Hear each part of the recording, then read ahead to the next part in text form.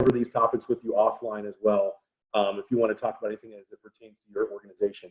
I've been really privileged to work with United Way as a consultant for the last year in helping them to develop their legacy planning and their plan giving efforts internally for the last year. So very excited to share this information. We've always kind of had a plan of getting this out to all the affiliated partners and everyone else involved. So we're really excited to get this information out. So we're going to talk today about how to engage legacy planning in your organization. And I'm going to turn off my video here so we can focus on the slides. But let's see if I can, we'll get this here. Just one second. Let me get away. Okay. So a little bit about me. I am a certified financial planner. I'm a certified divorce financial analyst. And for today's purposes, probably the most important thing, I'm a chartered advisor in philanthropy. So what I do is I specialize in helping engage with folks that have resources and helping them to accomplish their mission and their purposes and connecting them to the organizations that need those partnerships with those donors to help them fulfill their legacy planning efforts. And then also working with organizations like United Way and like each one of yours in helping them to strategize and help engage with donors on a deeper and more meaningful level. So it's really my jam. It's my favorite topic to discuss. We will get into a little bit about kind of like the minutia of particular vehicles and things like that, even in legacy planning. But I'm going to talk to you about the importance of just being knowledgeable about those. You don't have to be an expert. We're going to talk a little bit more about what those vehicles are and how you can utilize them, or at least be knowledgeable on how to talk with them when the conversations come up. So just a little bit about my background. I've been at this for 20 years. I've owned my own firm for 10 years. We just had our 10-year anniversary last August. We were named one of Forbes' top wealth advisors last year, and we love working with a lot of different groups. I'm on the board of Arts Build. I'm on the board of the Symphony. My wife is on the board of AVA. We are just thrilled to be a part of the arts community and obviously serving the community of Chattanooga. My partners at Tandem are also involved in several different boards. So we just really believe in giving back, and this is a real privilege for me to be able to share some information with you guys today. I've got 2 little dogs, no children, so this sheltering in place is way easier on us than it probably is on most of you. If any of you have children that you're homeschooling these days that you just are having to get thrown into that, I sympathize with you. I can't empathize, but I definitely can see it on the frazzled faces of my friends who have had to jump into that. So I hope that everybody's doing well and staying sane during this weird time. But moving on to our topic of interest here, let's talk about who is likely to be a planned giver. First of all, let's kind of bring this back to what is planned giving. Planned giving is really the act of making a commitment to give a charitable organization a major gift over time or even at death as a part of the donor's overall financial planning process. But legacy planning is something that goes far deeper, and I want to encourage you to start using that as your language when you're considering talking with people about planned giving. I encourage you to use the term legacy as opposed to planned giving, because it goes much further. It involves much more than just assets. It's about spiritual and historical aspects of your life. It includes relationships and things you've learned, stories that you've experienced, values that you believe and live by, and things that are important to you that you want to pass on to future generations, whether that's even your family or the community, whether that's your church or organizations that you're passionate about. And from your perspective, for your donors, in finding those people where it's purposeful part of their life's mission in helping to support the outcomes that your organization endeavors to pursue. So basically, it's about how you want to be remembered to your family, to your friends, to your community, when you're no longer able to share your life with others because of illness or death. But for your organizations, nothing has the power to change the financial future and the sustainability of a nonprofit organization better than legacy planning. This is not an overnight sprint to the finish line by any stretch of the mind. It's a long-term investment in your organization, but there is nothing that can move the needle closer to sustainability than this one effort over time. Now, like the slide says, who is likely to be a planned giver? Who is likely to be a legacy giver? The interesting part about this is when you look at statistics and studies, the percentages of givers across the board are very, very similar. It means that anybody can be engaged with your mission at any level of age or demographics and can be discussed, and legacy planning can be a part of that conversation. From the little old lady who is maybe giving you $1,000 a year out of a fixed income to somebody who's giving you, $10,000 a year out of their stock portfolio. All of those people can be having the conversation. You can have the conversation about how does their gift continue? How does their legacy with your organization, how does the part that they have played in your organization continue when they're gone or no longer able to support you the way that they want to? So it's a conversation that can be had on many, many different levels. It's amazing that the different demographics are so spread out as far as who will be engaged as a plan giver. Uniquely, obviously, it's a lot of times it's single parents or widows or widowers without children are obviously a lot of times the most likely to give. But other than that, the demographics are very, very spread out. And we can talk about those and how it relates to your organization. But the point I'm trying to make is there are people that your mission resonates with them at different ages, at different demographics, at different socioeconomic levels. And each one of them can potentially be a legacy planner, whether that's at a small level or a large level. When you even look at large organizations who do this on a regular basis and are very successful at engaging in plan giving, the average gift is still only about $25,000. Now, that means that some gifts are much, much smaller and some gifts are much, much larger. But the average plan gift is still around $25,000. So I say that to say almost anybody who has some financial means to be able to be an ongoing sustainable donor of yours over time probably has a CD, an IRA, or something that is currently generating their income that potentially could be earmarked for your organization to sustain their gift when they're gone. So demographics is a widespread opportunity, and that's why I would encourage each one of you to consider making sure that this is part of your messaging to everyone going forward. You will be prioritizing people to be having specific relationships, or excuse me, specific conversations with, and I'll talk kind of in how to maybe prioritize your donors, but it is open, it's something that's it's important to be open-minded and have it woven into all of your fundraising messaging in the long run.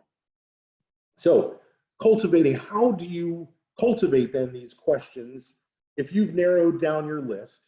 And what we've talked a lot about is like looking at different metrics. And with your organization, it may be different. It may be how much is being donated would be one metric as far as you looking at who would be a top candidate. It might be longevity of the donor. How long have they been supporting you? It might be their activity as far as them saying, hey, how can I get involved? How can I be engaged? You can narrow down your top, and again, this is a matter of manpower, so I can't say whether or not you should have a top 10 list, a top 25 list, or a top 50 list. But the bottom line is there's going to be some people that come to mind for your organization that this should be a priority topic to have a discussion with. And when you do, what do you do? When you have these questions and when you have these opportunities to have these conversations with your top donors, what should you be talking with them about in order to plant this seed of legacy planning? So I always try to figure out, when I'm asking these questions with a top donor, what is their motivation? What originally engaged them with your organization?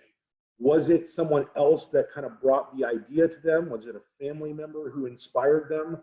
Was it something that your organization does that they particular either saw the need for in the community or personally experienced themselves?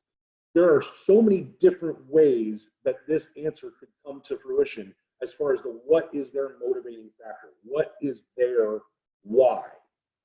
So a lot of times the questions will start with just tell me the origins. Tell me how. I know that a lot of organizations that I work with, even ones that I'm on the board of, I don't know all of our top donors. Why are they engaged with the organization? And if you don't know the answer to that question for your top 10 or your top 25 or your top 50 list, I would encourage you to make that priority one, because that doesn't have to be a question that's asked with a motive in mind necessarily. It can really come about with an engagement of I want to sit down and have coffee with you where you're comfortable, where you're happy, whether that's in your home or your office or the local coffee shop, the place that you as a donor are most comfortable and feel safe. And then I want to get into this emotional conversation with you about what motivates you, what is the outcome that you hope to accomplish through your giving to my organization. So there's always something more than just usually a tax purpose. There's always something more than, maybe it just assuages some responsibility, some sense of responsibility or duty. But even then, how did that come about? Was it their parents that instilled that in them? Is it their faith that inspired them to want to give? Even if it's a sense of just responsibility because they've been blessed, they need to be a blessing. What is it that drives and motivates them? And then particularly, how does your organization fulfill a part of that for them? And sometimes some of these conversations can get pretty interesting, and you'll find out that, hey, your organization really doesn't support their mission with the passion that they have for something else. But the great thing about having these conversations is I look at them as a win-win-win. We're winning for the community, we're winning for the donor, and we're winning for us as in terms of each conversation that we have, we're steering that donor closer to their own personal life goal, life fulfillment, the purposeful, fulfillment of their journey in supporting the things that they feel very passionate about supporting.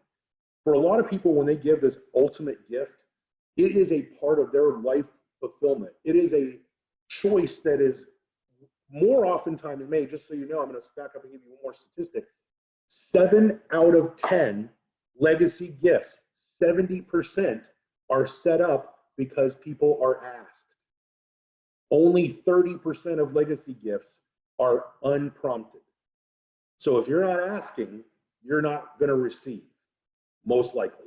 My wife and I are a little bit unique in that we set up proactively, since we don't have children, 6 different local nonprofits without being asked, to be the recipients of what happens to us, or what happens to our stuff if we get hit by a proverbial beer truck. We're taking care of the things that we're passionate about. But we're unique in that way, in that we did that on purpose proactively. As far as for most people, they are definitely prompted to do this activity. So, excuse me, I didn't mean to back up, or didn't mean to go forward one. I know I'm gonna mess this up. Okay, I'm just gonna stick on this slide here. Sorry about that, everybody. But still in that cultivation and the questions that you're asking, you're looking for that motivating factor. And then you're gonna try to find ways that you can, not only in that meeting, but on an ongoing basis, show your donor how you help them to achieve that life purpose, life goal, life mission through the efforts of your organization. So moving on to this slide of cultivating legacy donors, here a lot of times the questions that you're going to be asked, and it's going to be very, very important, and we'll get on to kind of the next the step-by-step process here in a couple of minutes. But the bottom line is, you need to know if this works. If you get all of the money you're asking for from all of the donors that you go talk to, what would you do with those resources? How would that change the scope of your organization? How would that affect the community? If you were to have a successful effort in this arena, you have to paint a picture of what that looks like to your donor, because they need to know that this is going to be effectual. If they're going to donate to something that's bigger than themselves, they want to know that they're not in this alone, and they want to know that it's going to achieve something greater than they can do on their own. And so making sure that you're able to paint a vision for them of, if everybody comes together and does this, what will this mean for our organization?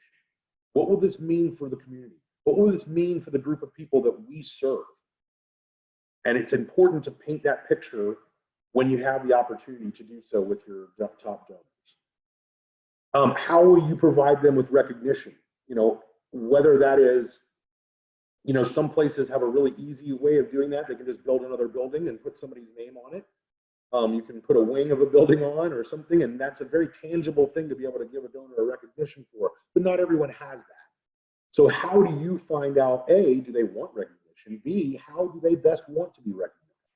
And it can't just be a standard, hey, we're going to sell the nameplate on the back of a chair. It needs to be something that is meaningful to them. It needs to be personalized and customized, and you'll be much, much more successful, I think, certainly above a certain tier of legacy giving needs to be customized as far as recognition is concerned. And that needs to be something that's ongoing. It's part of stewardship, because legacy gifts are not always guaranteed. We'll get into that in a little bit as far as stewardship is concerned. So another thing is your organization still going to be around? You know, if you're a young organization and you're having these conversations with people, are they going to be, how do you make them feel confident that your organization is going to outlive them? And that the need that you're trying to serve is going to outlive their resources and their time here on this earth as well.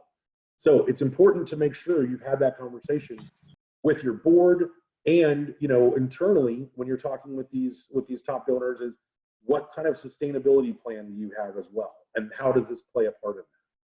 And then the next one there talks about one-on-one engagement. I believe very, very strongly that this is something that's done one-on-one, or, you know, spouses together, if they make that decision together oftentimes, and you don't want to gang up on them. I always recommend from your organization, no more than one more person than the number of people you're meeting with. So if you're meeting with one person, you only need to be having 2 of your people. And if you're meeting with 2 people, 3 of your folks, but you don't want to overwhelm them with an entire, you know, team showing up. But I think that having someone there who maybe can emotionally connect to them, either a friend or the person who brought them into your organization, oftentimes can be a really meaningful person to have in the room, to have that kind of personal letting of the guard down and sharing a personal story. And then also, you know, you as a professional or you as the executive director, being in that room too and guiding and being able to guide these questions that we're talking about today, because obviously your board member may or may not necessarily know these, but you'll be able to have a little bit better understanding of this after today, hopefully.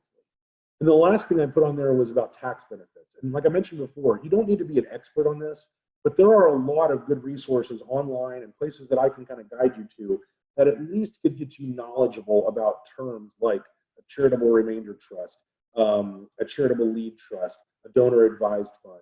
Those things that could be very meaningful and beneficial to your top donors that they may have already heard of or may have already discussed with their financial team.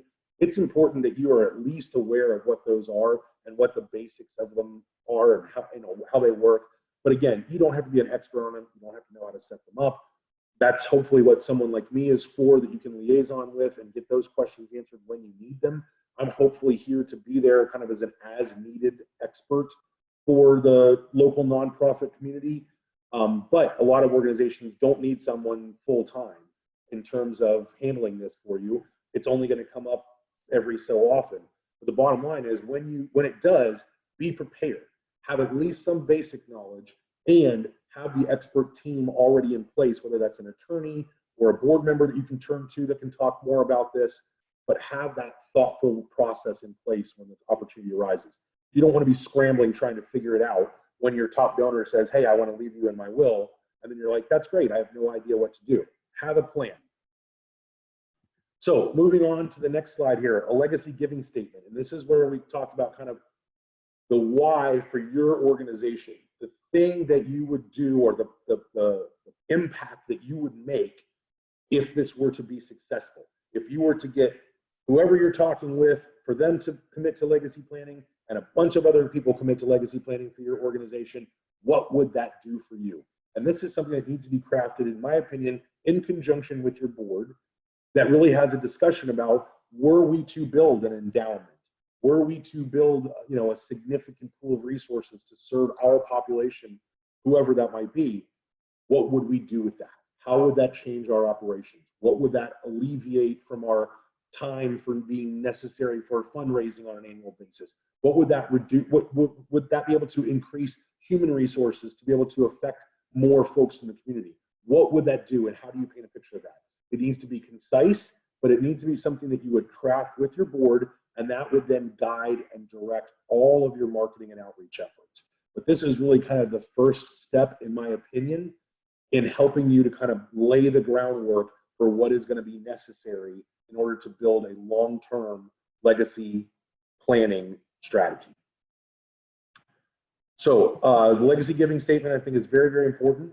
And then we talk about sustainability and stewardship. So keeping engaged donors for a lifetime. We're going to get into a couple of those tips here in just a minute as well. But one of the things that's important to note is that unless you're gifted outright a insurance policy, or you're the owner as an organization on an insurance policy on a donor, or there is an irrevocable designation to the charity, then nothing is guaranteed from a legacy gift. That is why stewardship is so important, that once you have this conversation with a donor, once you've engaged them, once you've gotten them to join a group of other people that have said, we really want to see this through, and we want to see this organization thrive together, we want to pool our resources, and when we're gone, we want this organization to live on, you have got to make sure that that is something that is constantly being addressed and part of your conversations with your top donors, woven into those fundraising discussions forever. And so a lot of times, you know, what I mentioned about donor recognition, like I said, it's not just slapping a nameplate on a chair, it's more than that. It is engaging them on a regular basis and finding out how do they best want to be engaged with. People are far more divergent in their preferences of communication than ever before. So how do your top clients want to be communicated with? Sometimes is almost as important as what you're saying, because they're not going to hear it from you if they don't want to be communicated with through a certain means. They're not going to hear the message that you're trying to convey if they don't like email. If you don't know, you need to know that if they want a phone call every time, that needs to be something that you have customized for this group. And again, we're just talking about, at this point, when we're laying the groundwork for building a legacy planning organization, you really should be focusing on that top, 10, 25, 50 list, the group of people that you can immediately in your mind think we can have a meaningful face-to-face or 2 face-to-face meetings in the next 6 to 12 months around this topic and around engagement of our organization with them. It doesn't have to seem like a pitch, obviously. We just want to have a meaningful time to hear why they are engaged with this organization and what is meaningfully impactful, why is it meaningfully impactful to them to continue to be engaged. So that's what you need to be focusing on. But these stewardship efforts are going to be ongoing. And I'm going to talk about a few best practices going forward, some of which I've learned from organizations that are doing those things here locally, but some other ones that I think are very, very important. So engaging clients for a long time, just keeping in mind, those things can change. So in spreading the word, I mentioned talking about this in all of your different communications, making sure that it's woven into your discussions about their why and what motivated them from the beginning, whether that's talking about a major gift, whether that's talking about a capital campaign. If you find a way to make each encounter with your donors a satisfying one on an emotional level for them, you will A, have that donor probably for life, and B, have better engagement and more likelihood for them to be able to possibly bring in or be a better advocate for your organization. So keeping in mind that every time you engage with them, it can be an important opportunity in planting a seed. So talking about leaving a legacy, don't avoid this as a topic. It's got to be spun that this is a positive, thoughtful engagement of their life's mission as well. And it's not what do you do when you die, or what happens to your stuff when you die. It needs to be framed in the how does this engage your purpose and your life's goals in this lifetime? How does this act of charity, this act of giving, this act of thoughtfulness, how does it emotionally impact you and your family in your lifetime? Prospecting broadly, we talked about that as being a broad demographic. And also making sure that we focus on donor-friendly giving. Like I mentioned, we focus on how they're receiving the message. How do they want to receive the message? Do they want a one-on-one meeting? Would it be better for them to be in a group setting? Is it better for you to talk with them personally? Would it be better for them to engage with them and their family at the same time? Those are things that you have to be very sensitive to and open-minded in your approach. There's not just one way. I wish there was a silver bullet that I could tell you, but it is very much open. You need to have an open mind as you approach each one of these conversations.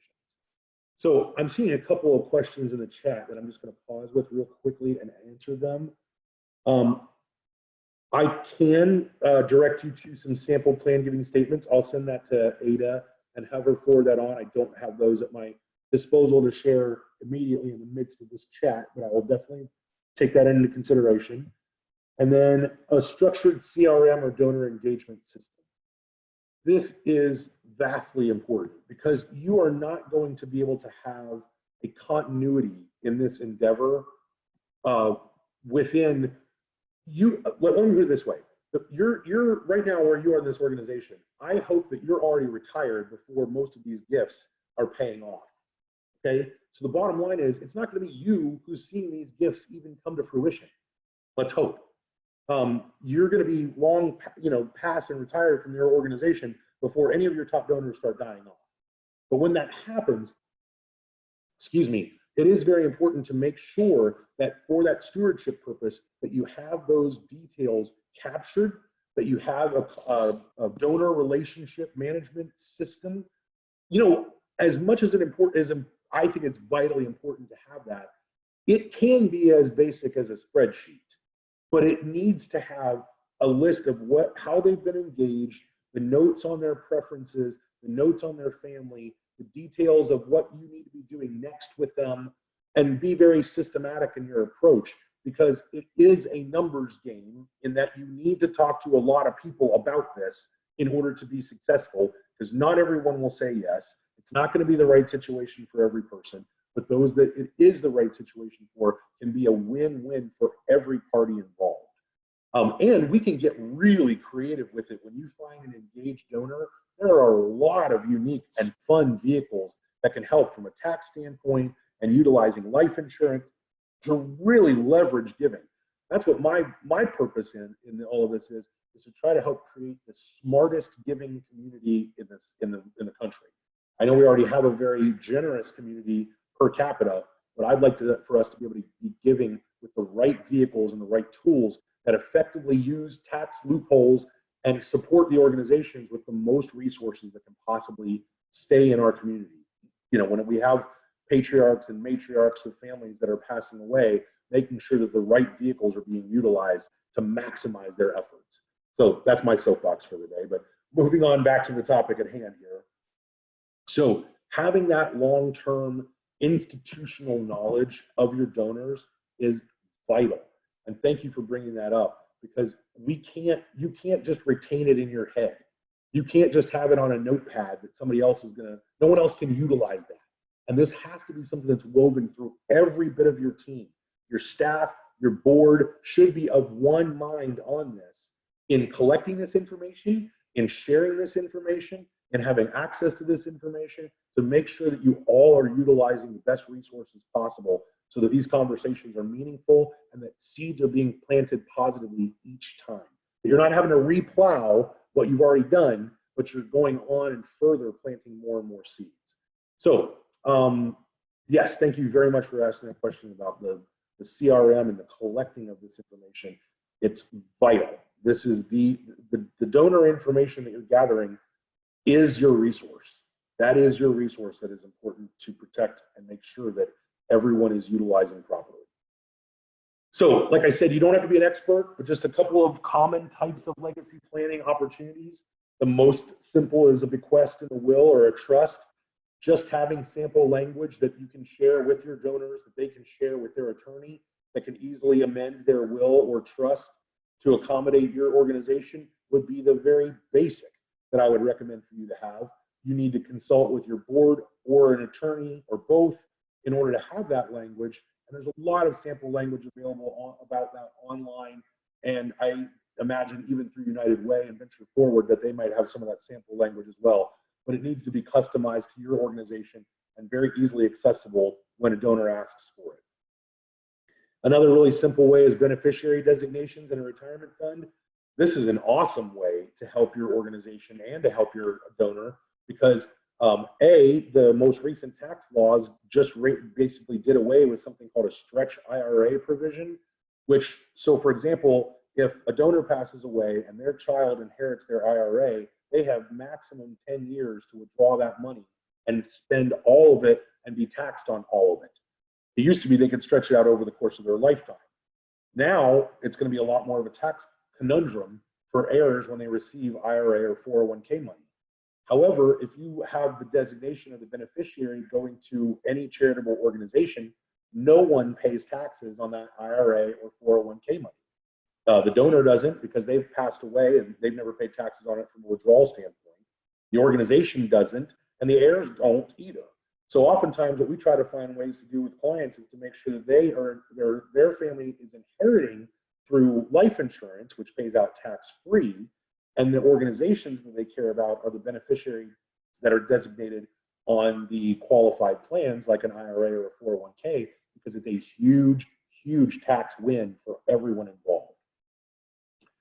Beneficiary designation on a life insurance policy is another very easy way. But everything that's the first three that I just mentioned there, all of those can be changed and done away with. None of those are irrevocable unless you do an irrevocable trust. But none of those, just naming a bequest, beneficiary designation, those aren't in stone. The donor can change those anytime they want or switch to a different organization. So it requires that ongoing stewardship.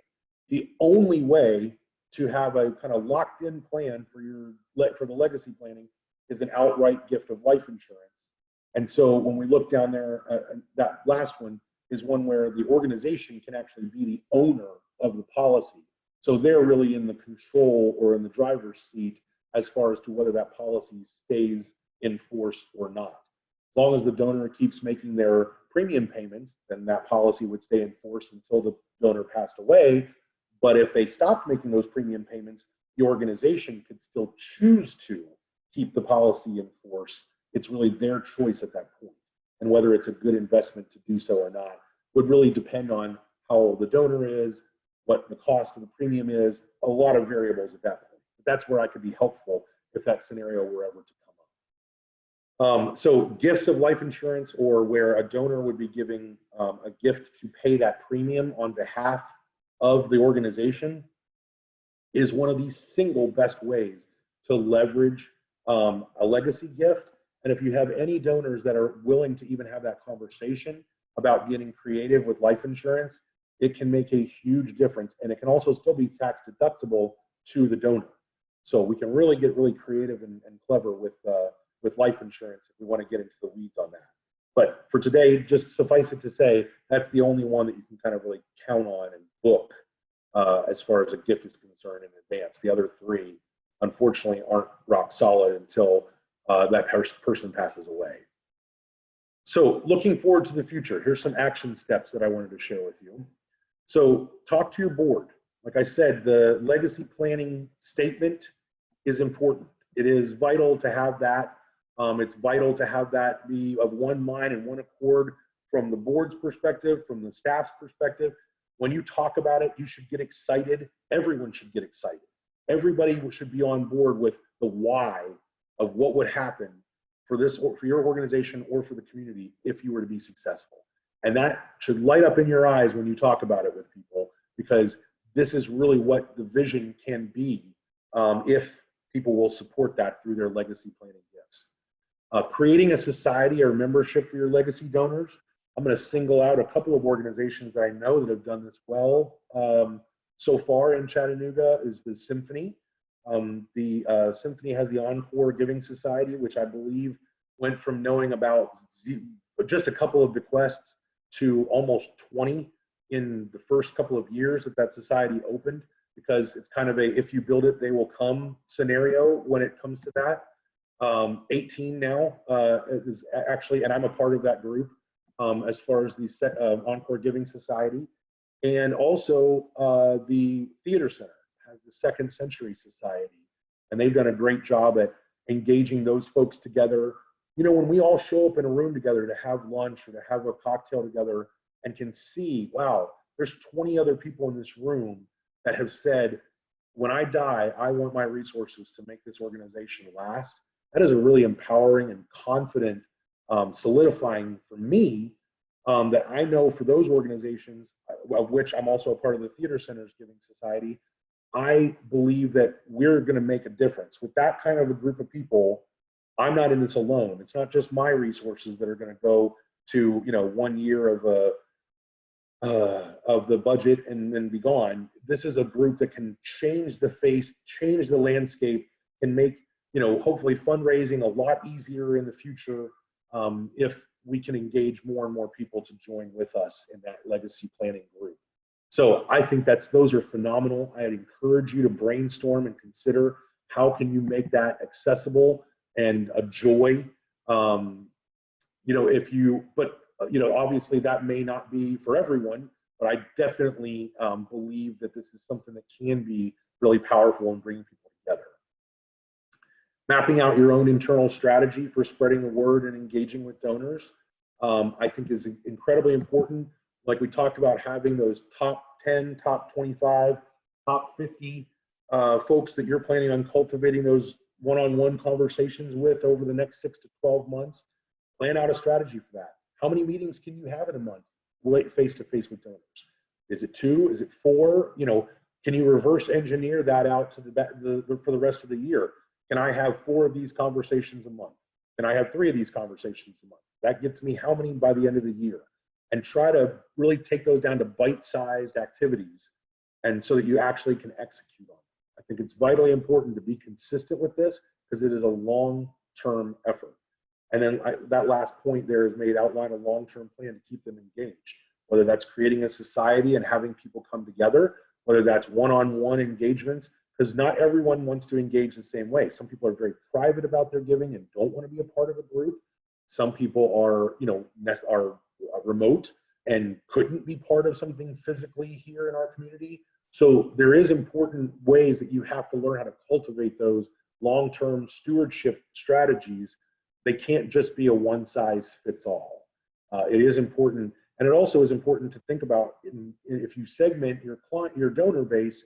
Are some of those folks better to be, doing like a group lunch because of the size of their planned gift, and it would be something that might be, cultivating a little bit different opportunity for different segments of donors.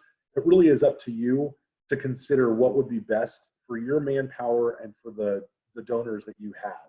But there's, like I said, there's a million ways to kind of go about this, but being thoughtful about it for your organization is something that I'd be happy to help strategize through with you after this call. But B is really going to be customized to what you can handle from a human resource standpoint, and what you think would be best with what your knowledge is about your donors. And so finally, one little parting thought before I switch over to some Q&A.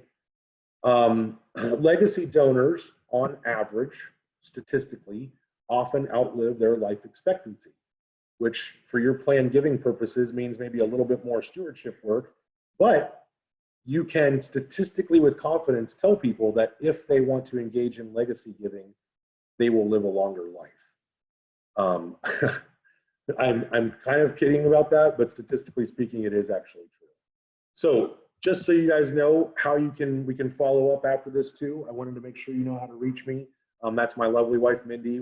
That's one of the Sculpture Fields fundraising events from a couple years ago that we really enjoyed. But there's my contact information. I'd be more than happy to have you reach out and ask any questions that you might have after the meeting today. If I went through a little bit too quickly on any portion, I know it's going to be recorded, so feel free to review it, or like I said, send me your questions, and I'll be more than happy to engage with you however I can help. So Ada, I'm going to let you see if you can open it up to Q&A. I don't see anything else in the chat. Let me see here. Patrick said, oh yes, segmenting donors is very, very important. Like I mentioned about the top 10, top 25, top 50, but even then beyond that, having like an A tier, a B tier, a C tier, and having activities geared towards each one of them, whether that's certain groups only receive electronic communication, certain groups receive, electronic and verbal communication, and certain groups receive that personal face-to-face or, one-on-one or group engagement. yes, it's very important, I think, for every organization. I don't really care how big you are. Start segmenting your donors right away, because as you grow, that is something that's going to be very, very important. So yeah, please feel free to unmute your line and ask a question if you have it, or if you want to chat or type it into the chat, I'll be happy to answer it through Bob. This is Curtis from the Saudi Daisy Community Library. Can you hear me? Yes, sir, Curtis. Awesome. Thank you so much for this informative webinar. I truly appreciate that. One of my questions is what is the average cost of engaging a lifelong legacy donor to keep them engaged with your organization? So you were talking about having the champagne lunches and things like that. Yeah, yeah. What is the average investment before you go, okay, this guy may not even go through? Sure. Typically, and I'll say this depends on your organization and the resources that you would have available, but typically it's about 3 to 5% of the expected gift. So for example, if you're anticipating that you would have a $25,000 gift, you would spend maybe over the lifetime of that gift, $600 to $1,000 retaining it. Does that make sense? That makes perfect sense. It also gives me a great metric in order to figure out, are we overspending or are we not doing enough? Exactly. So that's perfect. Thank you. My pleasure. Any other questions? Excellent question, Curtis. Happy to have you here.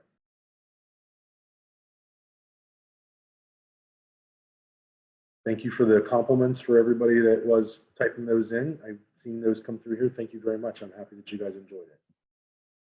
Hey, Brian, while people are thinking of questions, I just wanted to point out that I did open up our webinar feedback poll. And so you should see that on your computer screen. If you will take time to fill that out, answers are anonymous. There are 6 questions, super simple, but that helps us prepare for the future and allows us to give feedback to Brian. So as you're thinking of questions, please make sure that you fill that out.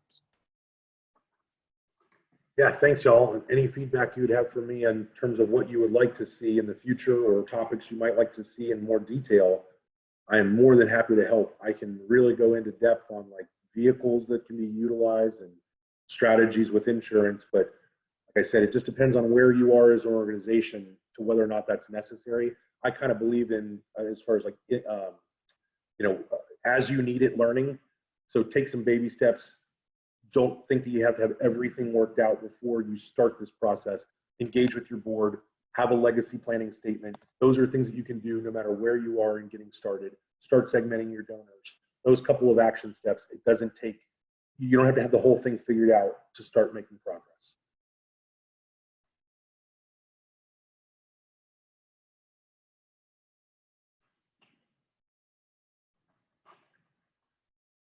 All right, Ada, I don't know if anybody else has any other questions. I'll be more than happy to stick around for a few minutes, or if you just want to hang out and chat with me one-on-one, I'll happy to let you just stick around, but that's all that I really kind of had to cover as far as the material today. Hey, Brian, this is Patrick. Just curious, the importance of the CRM and the donor tracking engagement system software. Do you have recommendations for those who are on this call who possibly don't have a good CRM system put in place, or just, well, maybe this is a separate question, for those smaller nonprofits who don't necessarily have a large donor development or fundraising team? How would you suggest that they approach a plan giving type of a campaign when it's just maybe just one person who's doing all of their fundraising? So great questions, Patrick. First of all, I don't have a specific software in that there are so many different ones out there these days. I actually would probably defer to someone who's spent more time investigating that for nonprofit purposes. I deal a lot in the for-profit space, which is usually more what I'm accustomed to from a CRM standpoint. So I apologize that that's not really my forte to specify, but I would say you have to do this, whether there is a cost or you do something as simple as like I said, an Excel spreadsheet, but you have to have this information gathered and organized. Like I said, I don't have a particular software that I would endorse or recommend specifically, but the fact that you have to be organized, and it needs to be something that can be passed on and accessed and understood by other people other than yourself. So even if you are doing it in a spreadsheet, make sure that whoever else might be accessing it, you're not using a bunch of acronyms or shorthand that only you would understand. So there has to be some uniformity, and especially if you have a staff, even if it's not a team of plan giving staff, if you have a staff, everybody at least needs to know, how are you talking about these clients? What terms are you using in discussing, and what terms are you using in your database, so that there's some uniformity across the board. Spending the time to get that right at the beginning will be so much better than having just a horrible mismanaged database in the future that there's no real strategy to, other than just throw the information in there. Have some thoughtfulness to it. Break some eggs to make an omelet. This is a worthwhile process to go through. I hope that answers your question, Patrick. You had a second one. Remind me of what that was. I'm sorry. It had to do with teams or organizations that are lower, smaller. Yeah. Yep. So instead of having a plan giving campaign, I don't really encourage that. I encourage this to be a part of, woven into the fabric of your already fundraising efforts. I know if you're the only person, then you're the fundraiser. But these questions have to be asked of your prioritized group of donors. Whether you're one person in an organization or 100, you need to know this information about the people that care about you and support you the most. If you don't know it and you don't have it retained somewhere, that should be step one, in addition to engaging with your board to craft that legacy planning statement. But you won't be doing yourself any kind of disservice by engaging with your top donors to understand their motivations behind why they support you and how it's meaningful and how it's emotionally satisfying to them. It will be purposeful for you, whether that's for increased fundraising, whether that's for major gifts, or whether that's for like plan giving.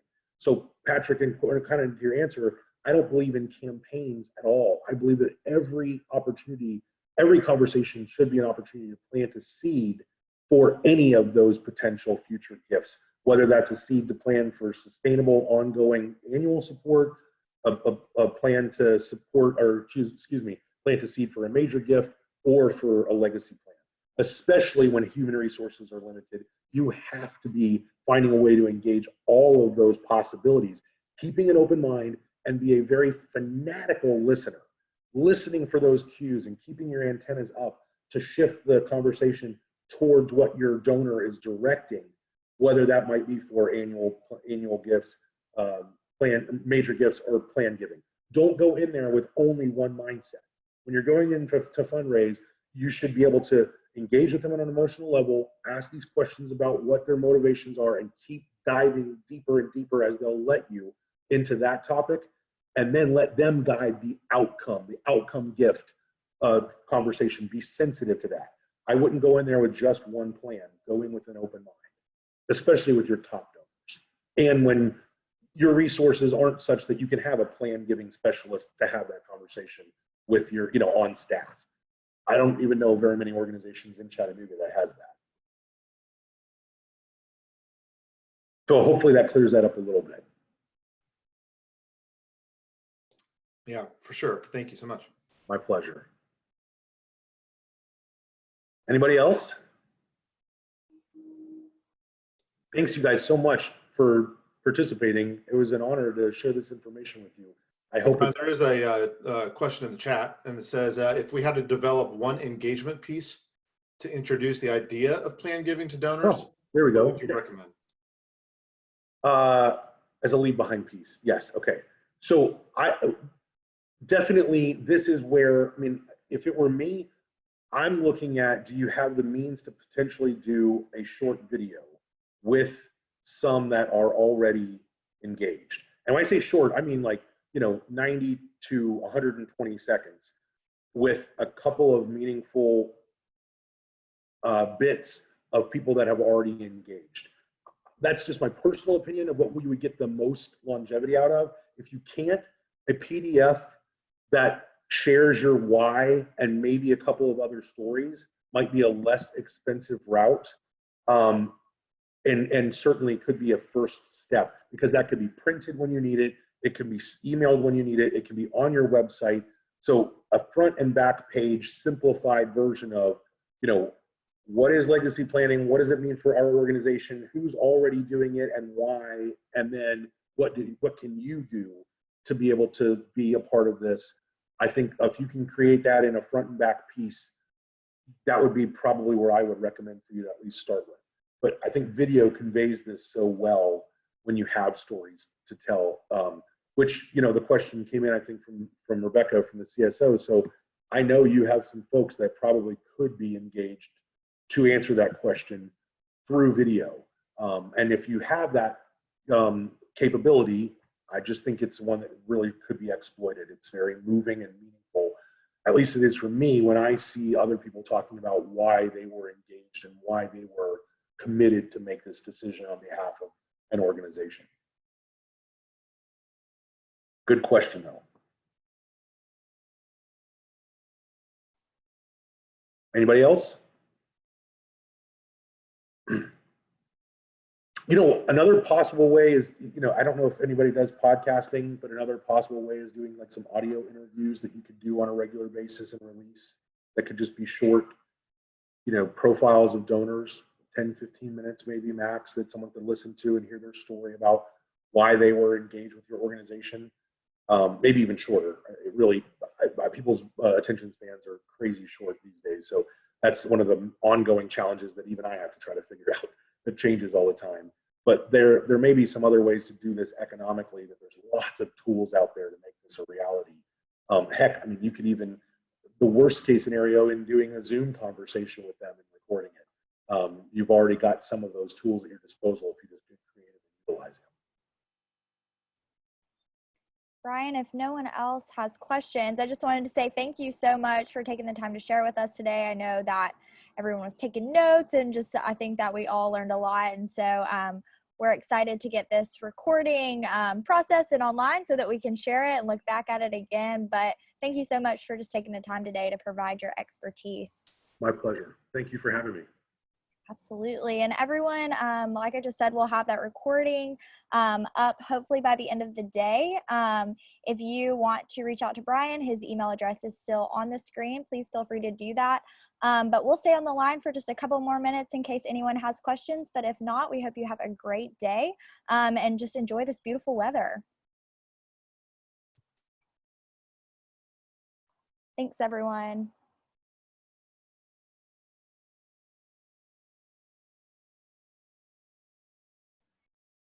Bryan, is it your birthday? Oh my goodness, that is even more